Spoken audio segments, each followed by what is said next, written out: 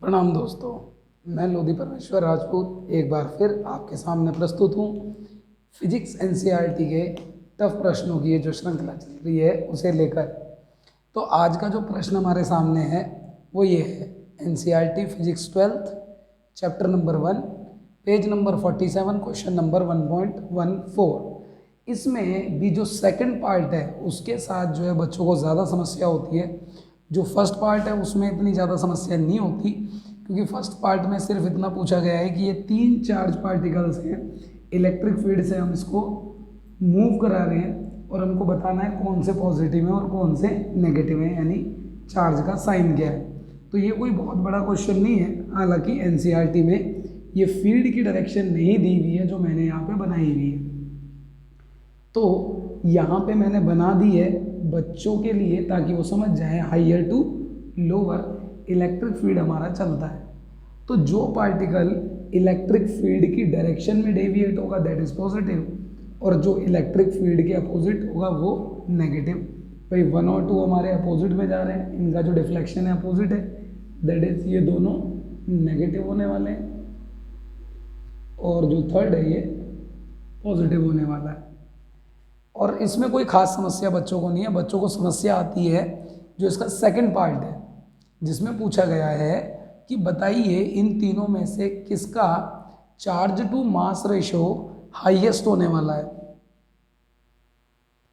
तो वो कहता है चार्ज टू मास रेशो, आप समझिए, चार्ज यानी Q, मास यानी M। आप इस चीज को समझने के लिए थोड़ा सा अगर पीछे जाएं तो आपको समझ आएगा कि जब भी कोई चार्ज पार्टिकल इलेक्ट्रिक फील्ड में होता है तो उसके ऊपर एक फोर्स लगता है F is equal to QE। अब इन तीनों चार्ज पार्टिकल के लिए E की वैल्यू सेम है, सिर्फ और सिर्फ साइन का फर्क है। तो ये अपोजिटली डिफ्लेक्ट हो रहे हैं और ये सेम डायरेक्शन में डिफ्लेक्ट हो रहा है। उसका सिर्फ और सिर्फ जो कारण है वो चार्ज का साइन है। तो उस पर हम बहुत ज़्यादा नहीं जाते, बट हम जानते हैं कि जब ये फोर्स अप्लाई होता है तो इसके कारण चार्जेस में एक्सेलरेशन भी आता है according to the second law F is equal to M में। तो ये भी चलेगा। तो दोनों की अगर लेफ्ट हैंड साइड इक्वल है तो राइट हैंड को अगर आप इक्वल करते हैं तो M इज इक्वल टू आ जाता है QE। तो यहाँ से अगर आप चार्ज टू मास रेशो देखेंगे Q/M is equal to Q/M, E इधर आ जाएगा। तो आप देखेंगे Q/M हो जाएगा हमारे पास A/E। तो यहां से आप चेक करिए कि Q/M सबसे ज्यादा किसके लिए। भाई ये फैक्टर का मैक्सिमम होना दैट मीन्स चार्ज बहुत ज्यादा होना और मास बहुत कम होना, तभी मैक्सिमम आएगा। जिसका चार्ज ज्यादा हो मास कम हो उसी का हाईएस्ट होगा चार्ज टू मास रेशो। तो आप इस चीज को समझे यहां से कि Q जिसका ज्यादा होगा उसके ऊपर सबसे ज्यादा फोर्स भी अप्लाई होगा। Q जिसका सबसे ज्यादा होगा उसके ऊपर फोर्स भी सबसे ज्यादा अप्लाई होगा, ठीक। और साथ ही साथ आप इस चीज को भी समझिए कि Q जिसका ज्यादा होने वाला है उसमें एक्सेलरेशन भी ज्यादा आने वाला है, और मास और एक्सेलरेशन जो होते हैं वो एक दूसरे के इनवर्सली प्रोपोर्शनल है। अब ऐसा पार्टिकल ढूंढना है जिसका चार्ज सबसे ज्यादा हो मास सबसे कम।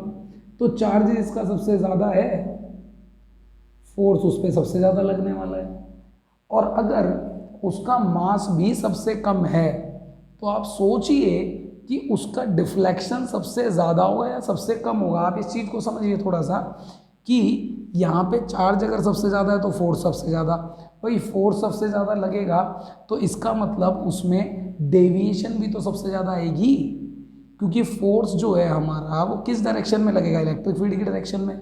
तो अगर पॉजिटिव चार्ज है तो इलेक्ट्रिक फील्ड की डायरेक्शन में, नेगेटिव है तो इलेक्ट्रिक फील्ड के अपोजिट होगा, ठीक है। तो फोर्स सबसे ज़्यादा अगर लगता है, सपोज करिए कि अगर पॉजिटिव चार्ज पे सबसे ज़्यादा फोर्स लगता है दैट मीन्स इसका डेविएशन सबसे ज़्यादा, और इनमें से किसी पे लगता है तो इनका डेविएशन सबसे ज़्यादा।